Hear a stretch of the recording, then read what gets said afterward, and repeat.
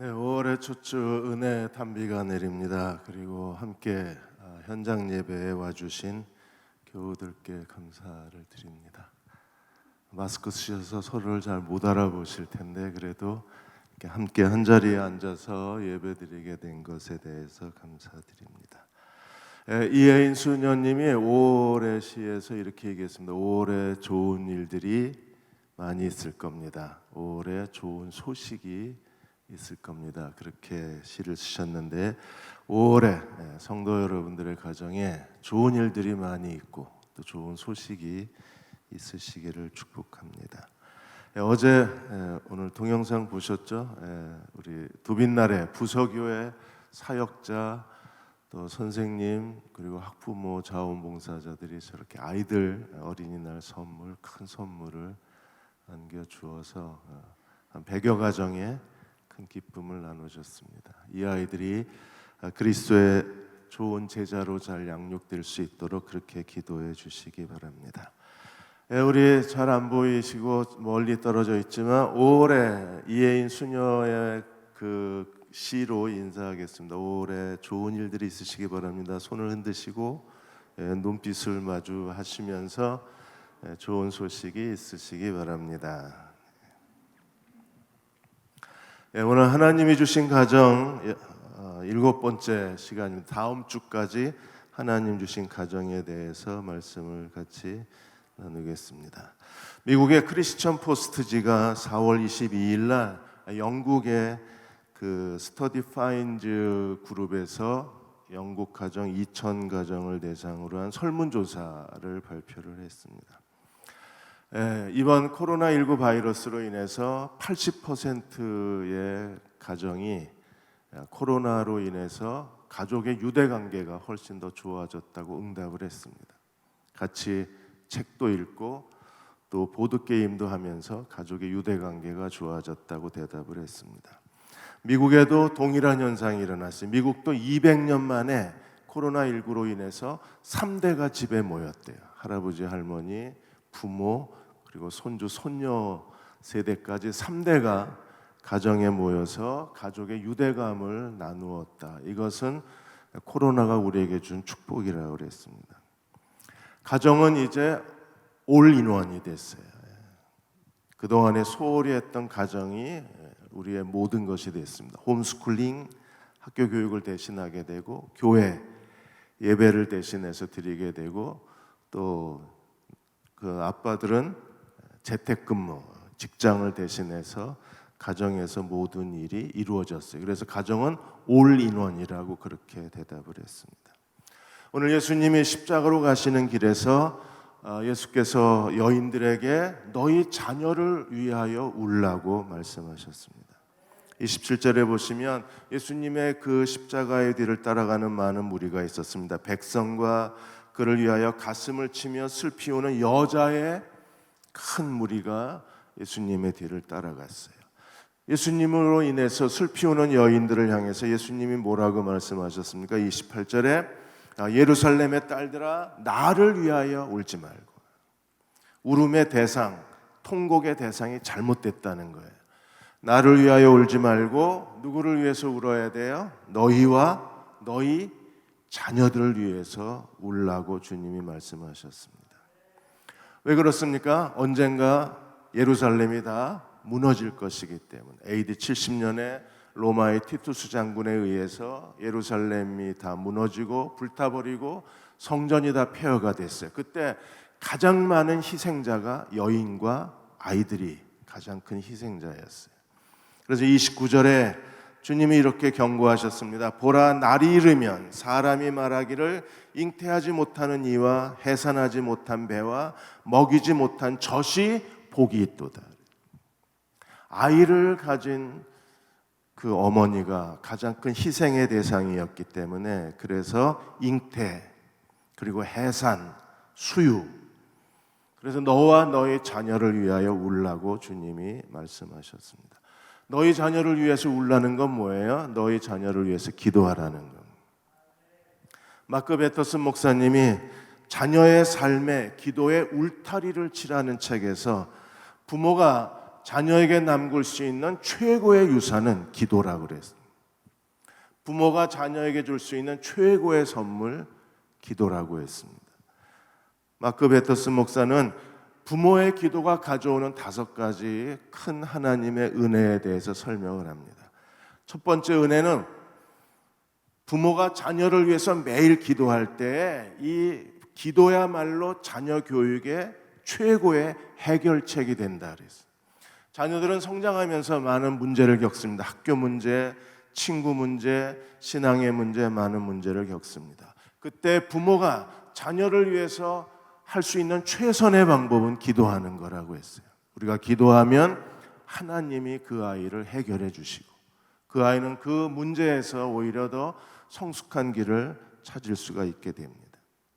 잔 월머시라는 분은 결혼 전에 자녀 교육에 대한 많은 책을 읽으셨어요. 그리고 자녀 교육에 대한 많은 이론을 공부했습니다. 6명의 자녀를 두었습니다. 그 자녀들을 키울 때 지금은 어떤 교육 이론도 갖고 있지 않다 그랬어요. 여러 가지 교육 이론이 자녀들에게 맞지를 않는 거예요. 그러면 잔 월머시 하는 일이 무엇입니까? 자녀들을 위해서 매일 기도하는 게 최선의 교육이라는 걸 깨달았다고 했습니다.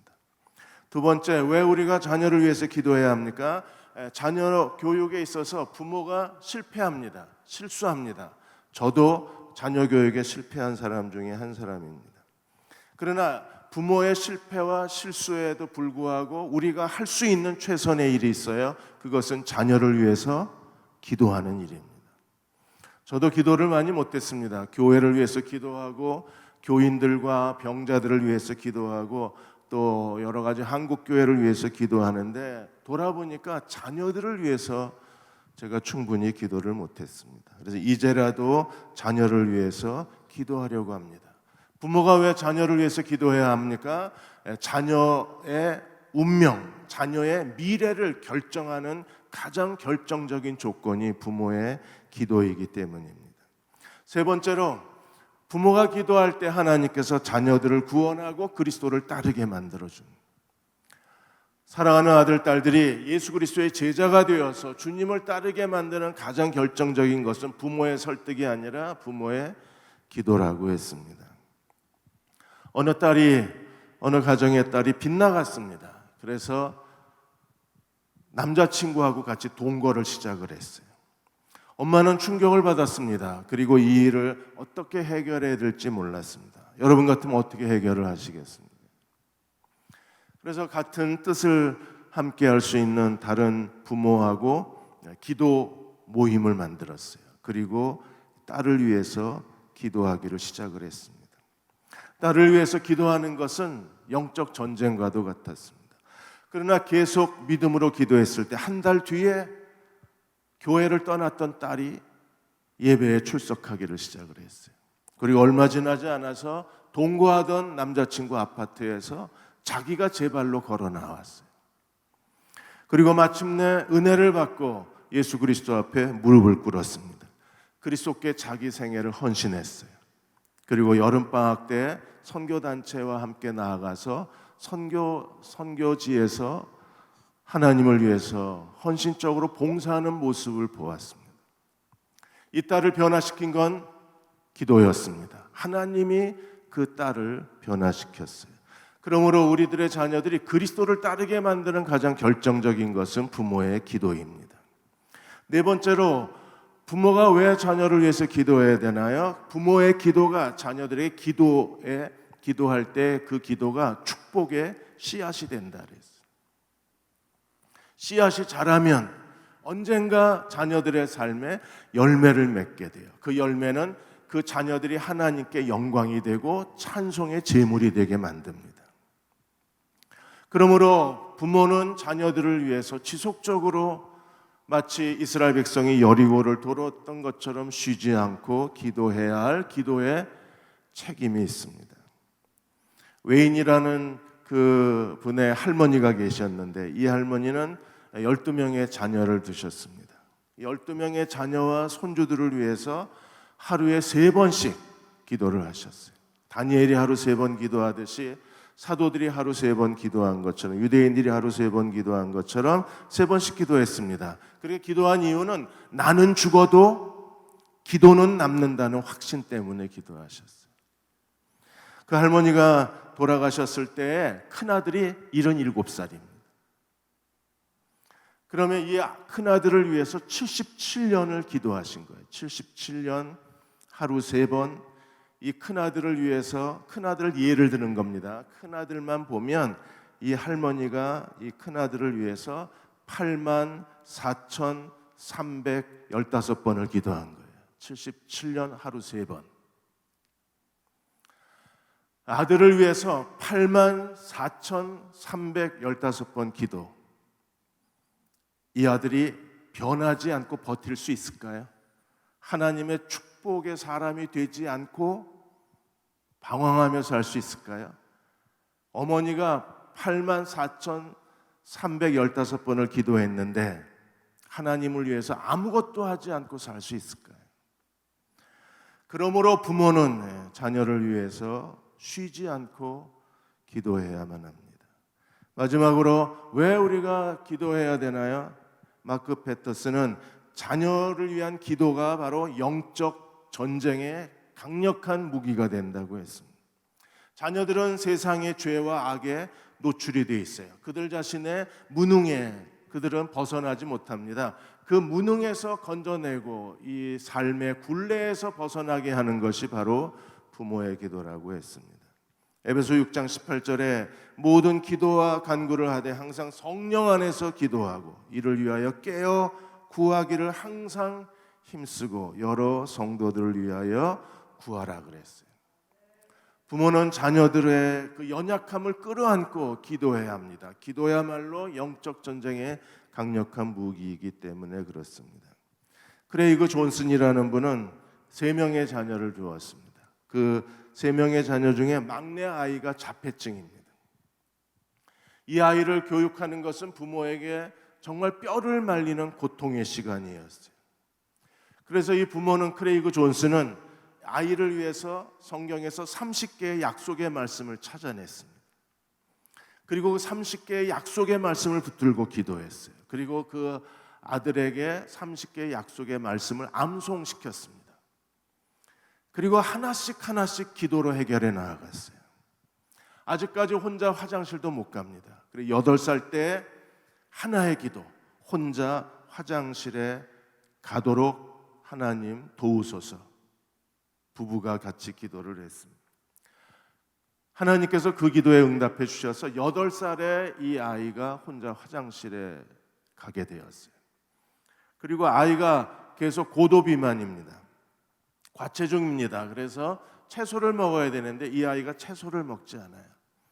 다시 하나님 말씀을 의지하고 아들을 위해서 기도했습니다. 하나님, 이 아이가 채소를 먹게 해주십시오. 하나님 응답하셔서 아이가 채소를 먹기 시작했어요. 이 아들은 질문을 하면 대답하는 게 아니라 질문을 똑같이 반복합니다. 밥 먹었니? 그러면 밥 먹었니? 라고 질문을 되물어요. 그래서 다시 부부가 하나님 앞에 기도했습니다. 이제 질문하면 대답하는 아이가 되게 해주십시오. 하나님은 부부의 기도를 들으시고 이제 아이가 질문을 하면 대답하게 됐어요. 이렇게 아들을 기도로 양육하면서 이 부부는 이렇게 특별한 돌봄이 필요한 자폐아 ADHD 아이를 위한 그런 모임을 만들었어요. 그 모임이 챔피언 클럽입니다. 그래서 부모가 같이 기도하기를 시작을 하고 나중에는 이 아이들을 교육하는 챔피언 아카데미까지 설립을 해서 그 부부는 하나님 앞에 이렇게 특별한 돌봄이 필요한 아이들을 위한 소명을 받게 되고 그리고 그 아이들을 교육하는 데 남은 생애를 헌신하게 돼요. 이 모든 일들이 다 기도로 이루어진 일입니다. 그러므로 자녀를 위해서 부모는 크게 2가지를 놓고 기도해야 합니다. 첫째로 우리의 모든 자녀들이 하나님의 계획에 합당한 자가 되도록 기도해야 돼요. 또 하나는 하나님의 섭리로 만들어지는 아이가 되도록 기도해야 합니다. 부모의 기도로만 이 일이 가능해요. 첫째로 하나님의 우리의 아들, 딸들에게 우리 각개인에게 하나님의 계획을 갖고 계시기 때문에 우리의 첫 번째 기도는 아이를 향한, 자녀를 향한, 각 개인을 향한 하나님의 뜻에 합당한 사람이 되게 해달라고 기도해야 합니다. 사람마다 하나님의 계획이 다 달라요. 아시는 것처럼 야곱의 12아들이 있었습니다. 12아들은 다 달랐어요. 루벤부터 베냐민까지 모든 아들에 대한 하나님의 섭리, 하나님의 계획, 하나님의 축복, 하나님의 책망이 다 달랐어요.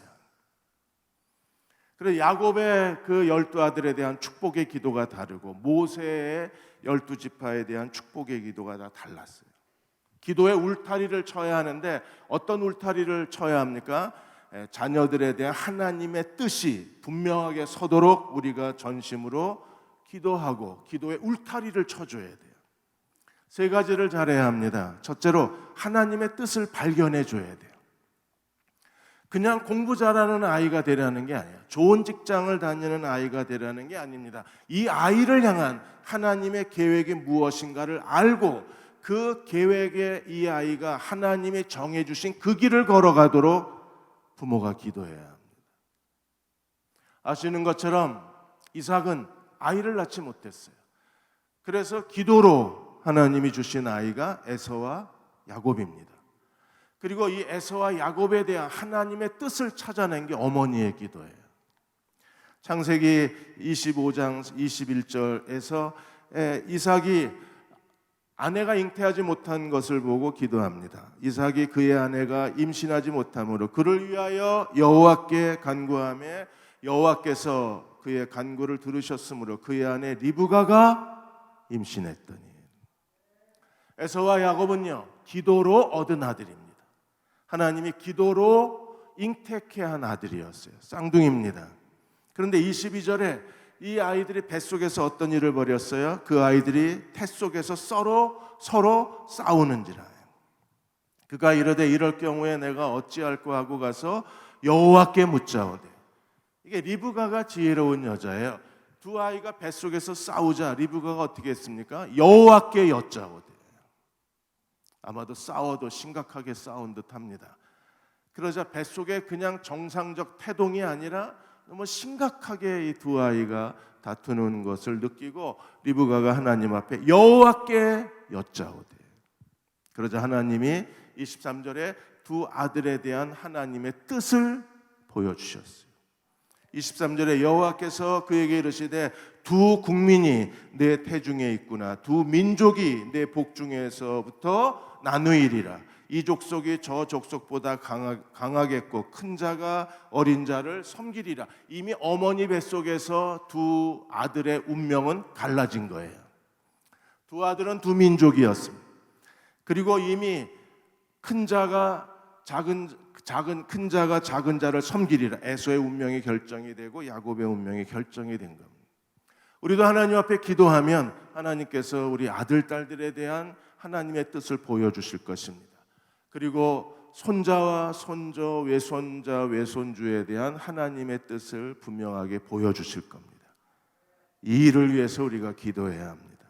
하나님의 계획 가운데 서는 자가 되려면 두 번째, 하나님의 뜻을 찾아줄 뿐 아니라 그 하나님의 쓰임받기에 합당한 사람으로 되도록 우리가 기도해야 돼요. 아무리 하나님의 뜻이 우리에게 보여진다고 해도 그 하나님의 뜻대로 쓰임받기에 합당한 사람이 되지 않으면 하나님의 계획은 취소가 되고 무효가 되는 거예요. 사람은 다 약점이 있고 결함이 있습니다. 하나님이 쓰시기에 합당하지 못한 그런 인격적 결함들이 있어요. 그래서 그것을 어떻게 해야 합니까? 우리가 기도로 하나님의 말씀으로 양육해서 하나님이 쓰실 만한 사람으로 우리가 키워야만 합니다. 우리가 하나님의 말씀을 가지고 자녀들의 여러 연약한 면들을 우리가 말씀으로 그것을 치유하고 기도로 하나님께서 그 아이의 약점을 오히려 긍정적인 그 거룩한 자신감으로 바뀌어 줄 수 있도록 기도하는 부모가 되어야만 합니다. 패터슨 목사님도 그 막내 아들 요시야가 굉장히 두려움이 많은 아이입니다. 두려움이 많은 아이는 하나님 쓰시기에 부적합합니다. 기도원이 두려움이 많은 사람이었어요. 그래서 하나님이 어떻게 하셨습니까? 양털 가지고 두 번이나 양털과 이슬의 그 기드온의 요구를 들어주셔서 기드온이 거룩한 자신감을 갖는 사사가 되도록 하나님이 기드온의 요구를 응답해 주셨잖아요. 아버지가 볼 때 이 아들이 두려움이 너무 크기 때문에 이 두려움을 가지고는 자기 인생길을 자신 있게 걸어갈 수 없는 거예요. 그래서 빌립보서 4장 말씀을 가지고 4장 6절 7절 말씀을 암송을 시켰습니다. 그리고 그 암송된 말씀을 놓고 아들을 위해서 계속 기도했습니다. 그러자 아들이 그 말씀에 의지해서 성령의 능력으로 두려움에서 벗어나기 시작한 거예요. 우리는 다 인간적인 연약함이 있습니다. 하나님 말씀으로 기도와 성령의 능력으로 우리가 그 약점에서 하나님께 온전한 사람이 되어야 쓰임 받을 수 있는 거예요. 세 번째로 하나님 계획에 합당한 사람이 되려면 균형 잡힌 성숙함이 있어야 합니다. 누가복음 2장 52절에 보시면 예수님의 자라나신 모습을 신체적, 지적, 영적인 성장을 이루었다고 했습니다. 예수님은 어떻게 자라나셨어요? 지혜와 키가 자라고 하나님과 사람에게 더욱 사랑스러워 가시더라. 예수님은요, 지혜가 자라고 신체적, 그리고 키가 자라고, 지혜가 자라고 정신적, 키가 자라고 신체적, 그리고 하나님과 사람들 앞에 사랑스러워 가셨대요. 영적. 이 일을 위해서 우리가 자녀를 위해서 기도해야 합니다. 그래야 균형 잡힌 그 성품을 가지고 균형 잡힌 성숙함을 가져야 하나님 계획에 합당한 자가 될 수가 있는 거예요. 그래서 우리는 자녀들에게 신체적, 한 달에 한 가지 운동을 시킨다든지, 지적, 한 달에 한 권 책을 읽게 한다든지, 그리고 영적, 성경을 읽으면서 부모가 자녀와 함께 기도한다든지, 이런 균형 잡힌 성장을 이루어서 하나님께 드렸을 때 하나님이 그를 하나님 뜻에 합당한 사람으로 기름 부으시고 하나님의 영광의 도구로 쓰실 수 있는 거예요. 서경대학교의 구병도 교수가 부모의 자녀 사랑을 크게 둘로 나누었어요. 하나는 강압적, 무조건적인 지시형, 명령형 부모가 있고, 그리고 또 하나는 선택적 선택적 조건의 사랑의 부모가 있다고 했습니다. 이 강압적 사랑의 부모는 마치 해병대 스타일이라고 그랬습니다. 한 번 부모는 영원한 부모다, 이렇게 선언을 하고 맹목적적으로 자녀들에게 자신의 사랑을 쏟아붓는 사람들입니다. 자녀를 위해서 정말 희생적으로 자녀들이 원하는 것을 다 채워줘요. 자신은 불행해도 자녀들만큼은 행복해야 된다고 생각하는 분입니다. 그래서 자녀가 자기 인생의 목적이고 자녀가 자기의 존재 이유의 전부가 되는 거예요. 오직 자녀를 위해서 삽니다. 그러다 보니까 자녀에게 모든 것을 다 맡기게 되고 자녀를 소유물로 여기게 되고 자녀가 자기가 원하는 대로 살아야, 그래야 만족하는 부모가 될 수밖에 없어요. 그러니까 자녀에 대한 기대 수준이 높으니까 자연히 자녀들로 인해서 분노하거나 아니면 자녀에게 과잉 집착할 수밖에 없습니다. 근데 선택적 부모의 사랑은 내 인생은 내 인생이고 네 인생은 네 인생이다. 그래서 선택적 부모의 사랑은 철저하게 자녀의 조력자가 돼요. 자녀의 주인 노릇을 하는 게 아니라, 강압적인 부모는 자녀의 주인 노릇을 하지만 선택적 사랑의 부모는 자녀의 조력자 역할을 해요. 그래서 자녀가 스스로 결정하고 자기 길을 걸어가도록 돕는 부모가 됩니다. 어떤 사랑의 부모인가, 그건 중요하지 않습니다. 강압적이든 조건적이든 부모의 사랑 스타일이 중요한 건 아니에요. 더 중요한 건요, 우리가 자녀를 위해서 기도하는 부모가 된다는 게 정말 중요합니다. 우리가 기도하면 하나님이 그 아이를 키우세요. 우리가 자녀를 위해서 기도하면 하나님이 그 아이를 하나님의 뜻 가운데로 인도해 주실 것입니다. 부모가 자녀를 위해서 기도해야 될 두 번째 이유는요, 하나님의 섭리의 사람으로 만드는 데 있어요. 제일 중요한 것은요, 하나님의 계획입니다. 이 계획을 우리가 기도로 찾아줘야 돼요.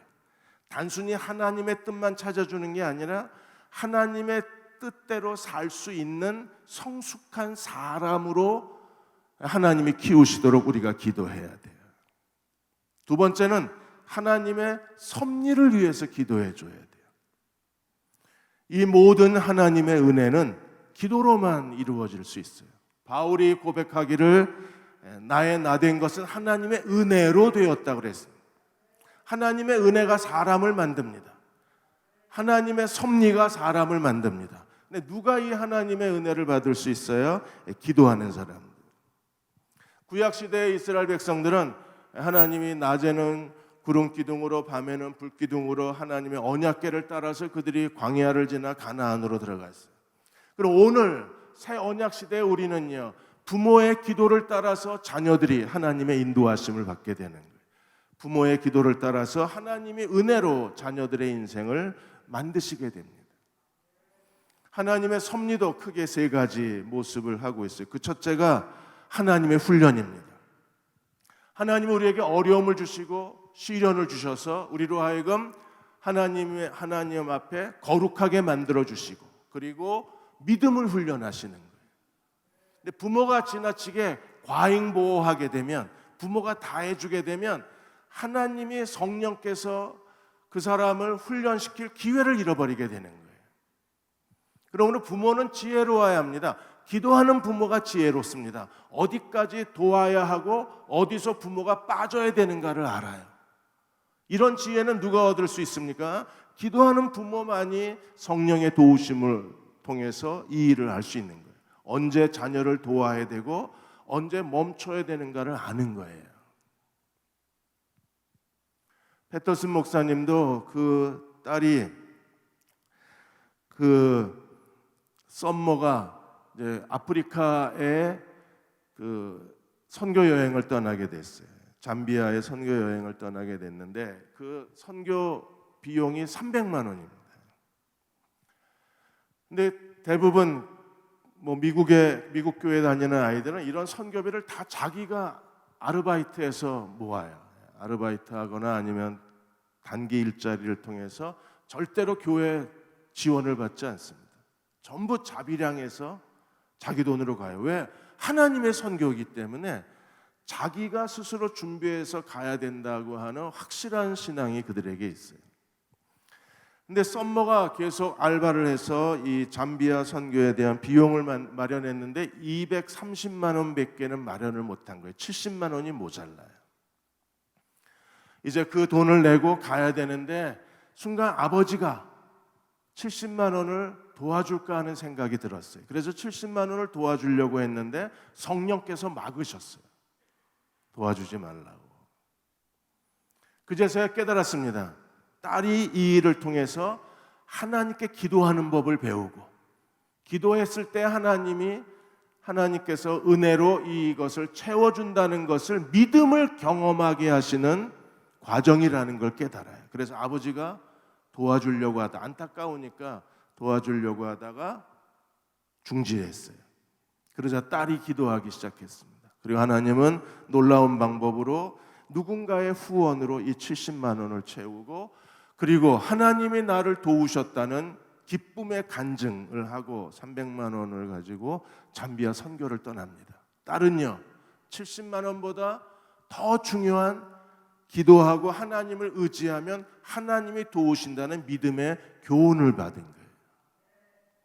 하나님이 훈련하시고 우리의 믿음을 가르쳐 주셔야 섭리의 사람이 될 수 있어요.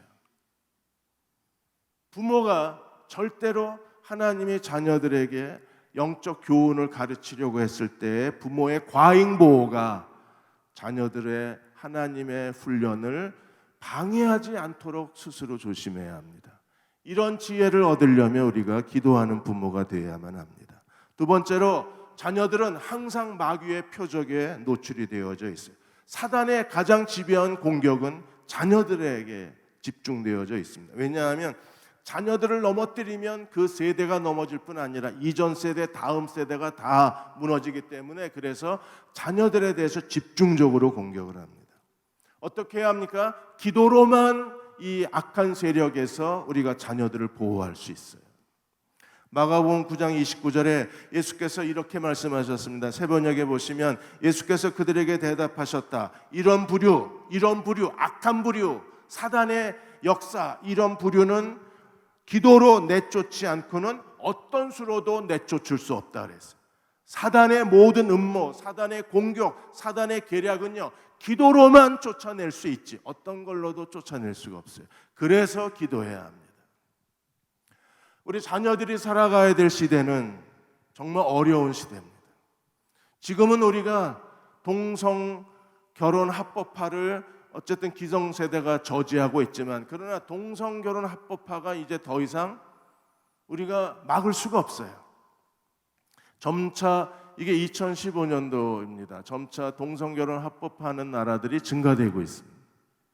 우리 자녀들이 살아갈 시대는요, 이제 동성애가 하나의 시대적 인권의 중심적인 현상이 되는 거예요. 하나님의 성, 남성과 여성이라는 하나님의 창조 질서가 무너진 세상에서 우리 아이들이 살아가야 돼요. 아이들이 어떻게 성경적 가치관을 가지고 살 수 있을까요? 그래서 부모가 기도해야 합니다. 또 다른 현상은 자연재해입니다. 올여름이 2016년에도 우리가 많이 더웠다 그랬는데 올해는 더 덥답니다. 점차 기상이변과 기후변화로 인해서 지구가 뜨거워지고 있는 거예요. 이런 자연재해가 점차 증가되는 시대에 우리 자녀들이 살아가는 거예요. 누가 이 아이들을 도울 수 있나요? 부모가 어떤 수로 도울 수 있어요? 아무것도 도울 능력이 없는 겁니다. 우리가 자녀를 위해서 기도해야 될 이유가 여기 있어요. 이런 기후변화, 그 다음에 세 번째가 환경 파괴입니다. 점차 이 자연 환경이 파괴되면서 어떤 일이 벌어졌습니까? 동물에 있는 바이러스가 인간 몸으로 들어온 거예요. 대표적인 게 박쥐입니다. 박쥐에서 고릴라를 통해서 사람으로 온 게 에볼라입니다. 박쥐에서 사양 고양이를 통해서 사람에게 넘어 들어온 게 사스 바이러스. 박쥐에서 낙타를 통해서 사람에게 온 게 메르스입니다. 다시 박쥐에서 천상갑인지 아직 확실하지는 않지만, 그러나 박쥐를 통해서 매개체를 통해서 사람으로 넘어온 게 지금 코로나19예요. 왜 이런 일이 일어나요? 동물들이 사는 생태계가 다 파괴가 되자 동물들이 인간과의 접촉점이 점차 늘어나고 사람들이 먹어서는 안 될 짐승까지 먹으면서 이런 바이러스로 인해서 전염병의 세상이 되는 거예요. 이제 우리가 사는, 빌 게이츠가 말한 것처럼 우리가 사는 세상은 점차 코로나19보다 더 강력한 전염병의 시대가 열리게 될지도 모릅니다. 이런 일들로 인해서 이제 전 세계는 다시 한번 세계 경제 침체기에 들어간 거예요. 곤두박질 칩니다. 세계 경제가 멈췄어요. 이제 더 이상 무역을 하지도 않습니다. 물건을 만들어 봐야 팔 나라가 없어요. 그리고 사람들이 이제 전 세계가 보호무역주의로 돌아서게 되면 수출로 먹고 사는 대한민국은 정말 생존이 어려워지는 거예요. 여기다가 대한민국은 또 하나 특수적인 상황이 있습니다. 북한 리스크입니다. 이번에 김정은이가 20일 동안 나타나지 않아서 CNN 뉴스부터 시작해서 이제 김정은이가 죽었다 살았다 그런 여러 가지 그 뉴스들이 많았습니다. 그런데 이제 멀쩡하게 살아있는 게 드러나면서 이제 탈북민으로서 국회의원의 첫 발을 내디딘 태영호, 지성호 이 두 분이 정말 어렵게 됐어요. 탈북민들의 희망이었는데 그냥 시작도 하기 전에 그냥 짓밟힌 느낌이 들어요. 서둘러서 그분들이 잘못된 정보로 여러 가지 얘기를 한 것도 참 안타까운 일이고, 그냥 한꺼번에 앉은 채로 그냥 당하신 느낌이 들어가요. 지금 정부가 친북 정책을 피는데 이 친북 정책이라는 게 북한 주민을 위한 것이어야 되는데 김정은 세습을 위한 거라면 정말 문제가 있다고 생각이 들어요. 오히려 탈북민들이 그 인권이 존중받지 못하는 시대가 되는 게 이해할 수 없는 일 중에 하나입니다. 우리 자녀들은요, 이 북한 문제를 어떻게 해결해야 되는지 지금 20대, 30대들이 고민이 많습니다. 이 일을 위해서 우리가 정말 기도해야 합니다. 그래서 하나님께서 계획하신 대로 이 남한과 북한의 미래가 펼쳐져 갈 수 있도록 우리는 전심을 다해서 기도해야 합니다. 우리가 기도해야 될 가장 중요한 이유는 여기에 있습니다. 우리가 하나님의 훈련이 있고 그 다음에 하나님의 보호는 오직 기도로만 하나님께서 이 약한 세대에서 우리 자녀들을 지켜주실 수 있습니다. 그리고 마지막으로 하나님의 섭리에서 중요한 게 뭐예요? 하나님의 보상입니다. 우리가 자녀를 위해서 계속 기도하면 하나님이 부모의 기도를 결코 잊지 않으시겠다고 말씀하셨어요. 정말요? 사도행전 10장에 보시면 하나님께서 고넬료에게 나타나셔서 뭐라고 말씀하셨습니까? 내 기도와 내 구제가 하늘에 상달했다 그랬어요. 하나님은 잊지 아니하시고 기억하시고 고넬료를 통해서 이방인 선교에 문을 열어놓으신 거예요. 솔로몬 이후에 이스라엘은 남북 분열왕국 시대가 열렸어요. 남유다는 다윗 이후에 남유다는 여로보암 그리고 아비암 시대는요 우상숭배 시대였어요. 근데 하나님께서 그 네 번째 아사 왕 시대에 하나님께서 다시 유다의 종교 개혁을 이루실 수 있었습니다. 도대체 어떤 일이 일어났을까요? 하나님께서 4대손 아사를 통해서 다시 종교 개혁을 일으키시면서 유다를 회복하셨습니다. 근데 아사를 세우신 목적이 아사를 세우셨던 이유가 어디 있느냐 하면 바로 다윗 때문에 하나님이 아사를 세우셨다고 말씀하세요. 다윗의 신앙과 기도가 4대에 걸쳐서 다시 하나님께서 보상을 해주시는 거예요. 정말인가 한번 보겠습니다. 열왕기상 15장 3절 4절에 보시면 르호보암의 아들 아비암이 어떤 왕이었어요? 그 아버지가 이미 행한 모든 죄를 행하고 그의 마음이 그의 조상 다윗의 마음과 같지 아니하여 그의 하나님 여호와 앞에 온전하지 못했다. 아비암은요 우상 숭배의 왕이었어요. 다윗의 길에서 벗어났어요. 아버지 여로보암하고 같이. 그래서 하나님이 그대로 내버려 두면 유다는 몰락하는 겁니다. 그래서 어떻게 하셨어요? 4절에 그의 하나님 여호와께서 누구를 위하여? 다윗을 위하여 예루살렘에서 그에게 등불을 주시되 그의 아들을 세워 뒤를 잇게 하사 예루살렘을 견고하게 하셨습니다. 누구를 위하여? 다윗을 위하여. 4대가 지났지만 다윗의 은총은 살아있는 거예요. 하나님이 아사를 세워서 종교개혁을 일으키시고 11절에 아사가 그의 조상 다윗과 같이 여호와 보시기에 정직하게 행하였더라. 부모의 기도는 4대가 지나도 살아있습니다. 부모의 신앙에 하나님께 드려진 모든 신앙은 그 보상은 4대가 지나도 살아있는 거예요. 사랑하는 여러분, 기도의 축복이 우리 자녀들에게 흘러가게 해야 합니다. 우리가 많은 것을 자녀들에게 줄 수 없을지 모릅니다. 다른 가정에 비해서 우리 가정에서 태어난 아이들이 어쩌면 더 불행한지도 모릅니다. 그러나 중요한 것은 하나님의 축복이 그 아이들 안에 흘러가는 거예요. 하나님의 축복과 은혜가 흘러갈 수만 있다면 그 아이들은 하나님의 뜻에 합당한 자로 세움을 받을 수 있습니다. 그리고 하나님의 섭리를 따라 살아갈 수 있어요. 그 아이들의 미래를 만드는 것은 부모의 기도입니다. 오늘부터 하루 3번 자녀들을 위하여 무릎을 꿇는 저와 여러분 되시기를 주의 이름으로 축원합니다. 이제 우리 함께 찬양하겠습니다. 하나님은 너를 만드시는 분, 하나님은 우리 자녀들을 만드시고 우리를 만드시는 분이십니다. 기도하는 마음으로 이 찬양 부르시고 찬양이 끝났을 땐 다 일어나셔서 우리가 기도하고 그리고 축도하겠습니다.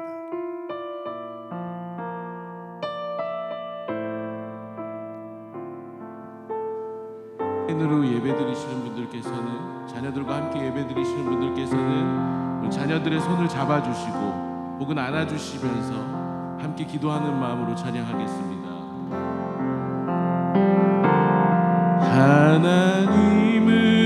하나님은 너를 만드신 분, 너를 가장 많이 알고 계시며 하나님은 너를 만드신 분,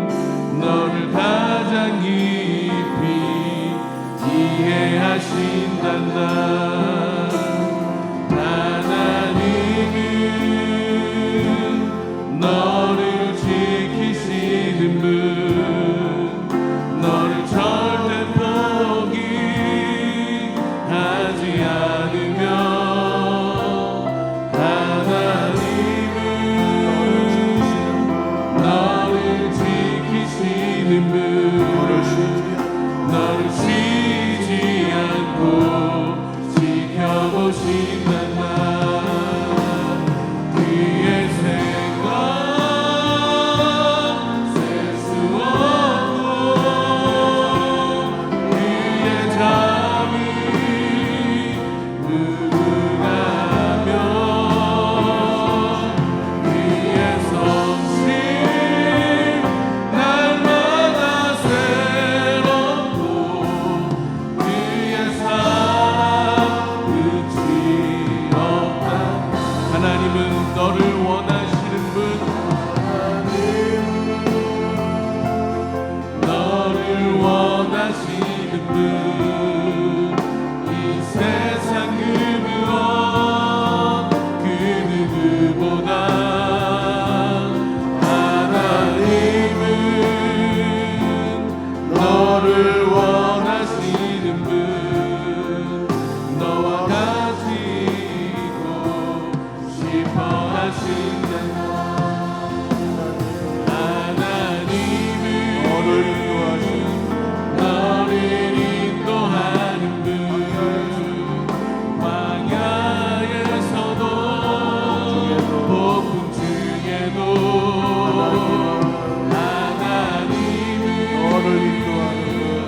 너를 인도하는 분, 그는 초장으로 인도하신단다. 그의 생각 셀 수 없고, 그의 잠이 무궁하며, 그의 성실 날마다 새롭고, 그의 사랑 끝이 없다. 그의 생각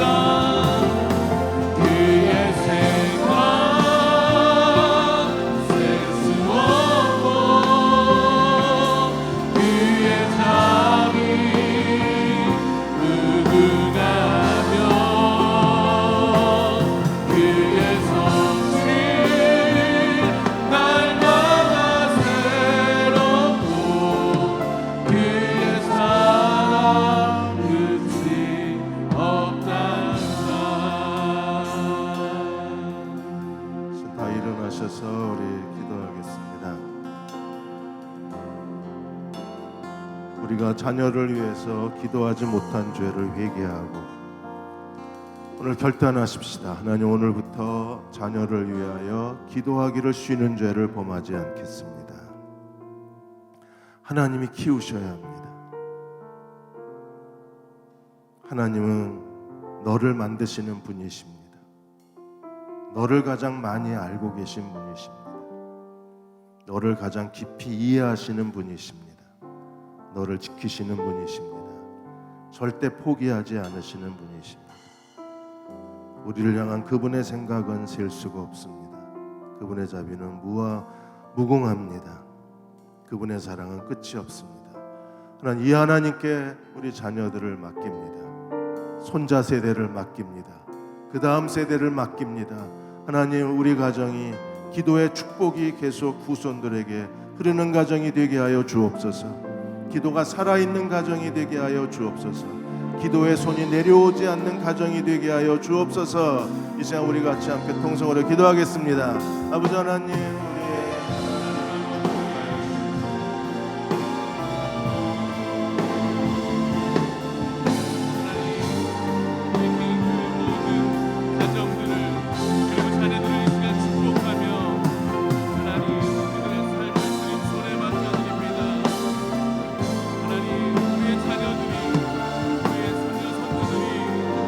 하나님을 알아가게 하시고 그 하나님 안에서 참된 자유를 얻게 하여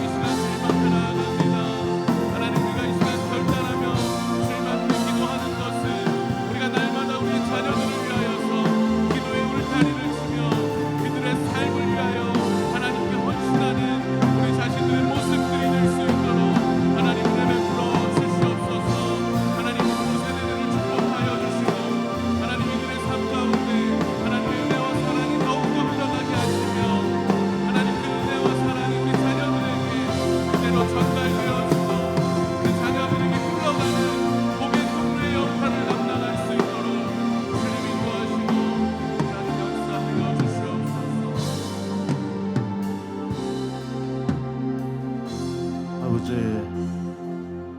오늘 저희가 다시 결단합니다. 자녀들에게 좋은 음식, 좋은 옷, 좋은 환경 주려는 우리들의 노력보다 자녀를 위하여 기도의 기업을 남겨주는 믿음의 가정들 되게 하여 주옵소서. 부모가 남길 수 있는 가장 위대한 유산, 기도임을 기억하고 하루 3번 다니엘이 기도했던 것처럼, 다윗이 그랬던 것처럼, 사도들이 그랬던 것처럼 우리도 자녀를 위하여 중보기도하는 믿음의 부모가 되게 하여 주옵소서. 하나님은 너를 만드시는 분, 너를 가장 많이 알고 계신 분, 그 하나님께 의탁합니다. 하나님이 기르시고 하나님이 만들어주시고 하나님이 축복해 주옵소서. 지금 우리를 죄에서 구원하신 우리 주 예수 그리스도의 은혜와 하나님 아버지의 그 크신 사랑하심과 성령의 위로하고 도우신 은혜가 오늘 함께 5월의 첫 주 어린이 주일 예배드리고 돌아가는 모든 교우와 가정과 자녀들 위에, 이민족과 이 땅의 모든 교회 위에, 그리고 코로나19로 인하여 고통당하는 많은 민족들 위에 지금부터 영원히 함께 하시기를 간절히 축원하옵나이다. 아멘.